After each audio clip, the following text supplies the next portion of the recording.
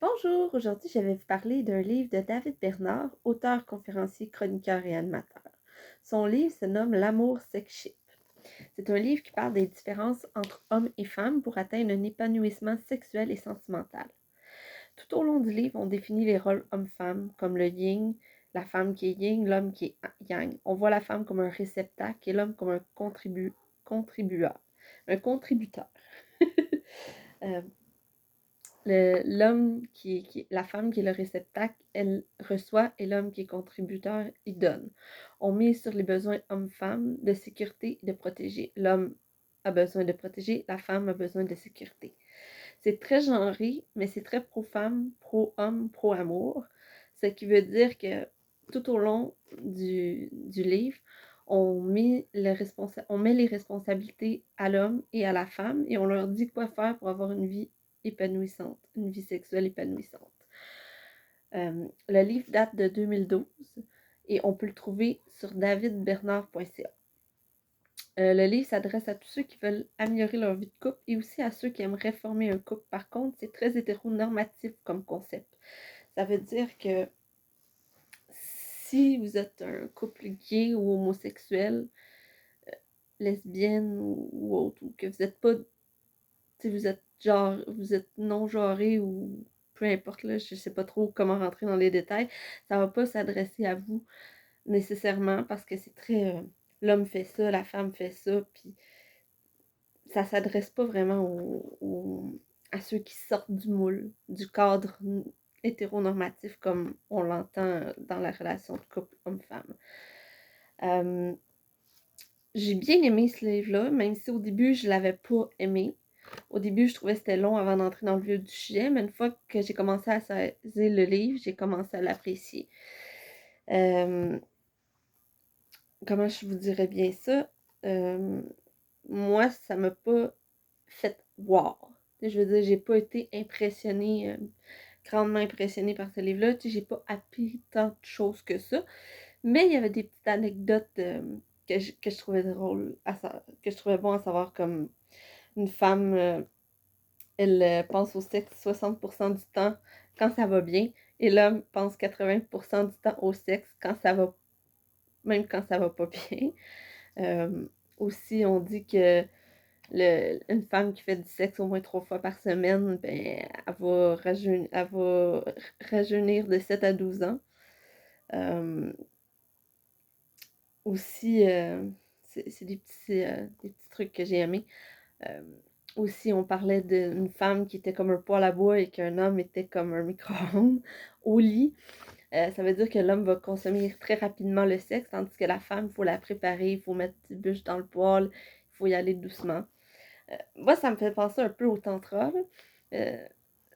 De prendre le temps et la sensualité pour aller là, dans le sexe. Mais je trouvais que c'était trop hétéronormatif parce que, exemple, on disait qu'au lit, c'est le temps pour l'homme d'être un homme des cavernes, dans le fond. Mais, ce qui est intrinsèquement.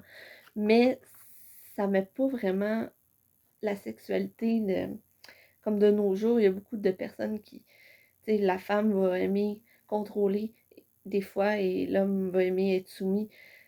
C'est pas nécessairement toujours l'homme qui doit être contrôlant et la femme soumise, mais dans le livre, c'est un peu ça qu'on dit, c'est au lit, c'est l'homme qui est temps de contrôler et la femme d'être soumise.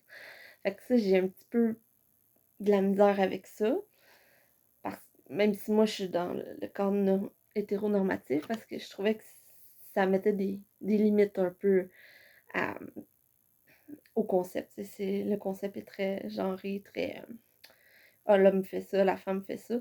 Malgré qu'il y a un petit peu ils disent que le yang, une femme peut être yang et un homme peut être yin, mais ils disent deux yin ensemble ça marche pas, puis deux yang ensemble ça marche pas. Fait que c'est un peu contradictoire là, à mon avis, mais peu importe.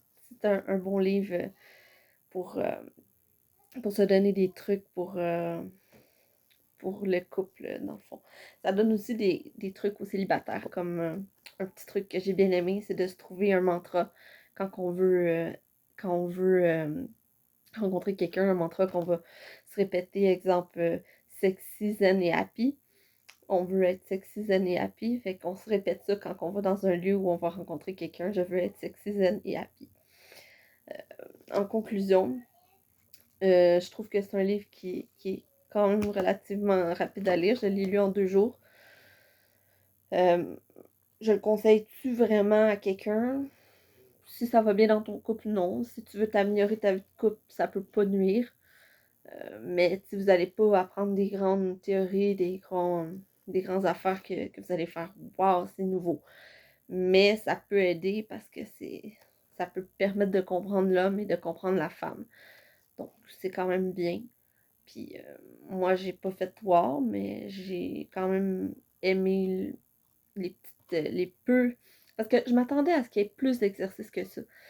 Et puis j'ai aimé le fait qu'il y en ait, mais il n'y en avait pas suffisamment, à mon avis, pour que je sois rassasiée. Donc, c'est pour ça que j'étais un petit peu déçue au début. Je m'attendais à avoir des exercices, plein d'exercices pour m'améliorer, puis je m'attendais à ce que ça parle un petit peu plus de sexe aussi. Mais c'était très parler de sensualité, parler de comment arriver à, à ce que la femme ait envie de faire l'amour. Mais tu sais, on part du principe que la femme n'a pas vraiment envie de faire l'amour, quoique on dit que la femme aime faire l'amour. Fait que c'est très contradictoire un peu dans certains bouts, mais ça parlait comment conquérir son homme aussi.